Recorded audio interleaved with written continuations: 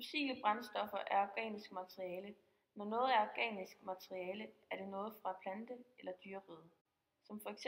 kul, gas, olie og døde dyr, der ligger i jorden. Fossil energi stammer fra fossile brændstoffer, som brændes og på den måde frigiver energi. De fossile brændstoffer er dannet af plankton, planter og dyr, som levede i havet og på land for over 50 millioner år siden.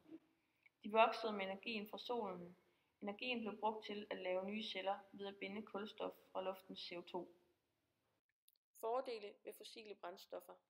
Den store fordel ved fossile brændstoffer er, at de er forholdsvis nemme at samle ind. De findes i meget koncentreret form i miner eller oliefelter. I modsætning til f.eks. biobrændsel, som man skal samle ude på markerne. Ulemper ved fossile brændstoffer.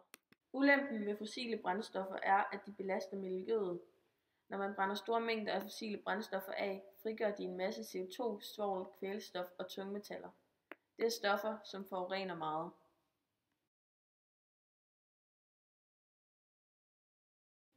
På nuværende tidspunkt er udledning af CO2 større end den mængde, som planterne kan optage, og derfor øges drivhuseffekten.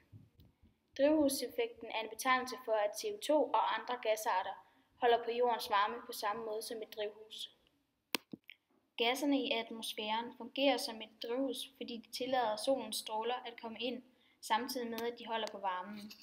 Solens stråler er farlige for os mennesker, fordi vi kan få hudkræft, hvis vi får meget ud i solen. Uden drivhuseffekten ville jorden være et klima med voldsomme temperatursvingninger, brændende varmt om dagen og iskoldt om natten, hvilket ville gøre vores liv på jorden vanskeligt.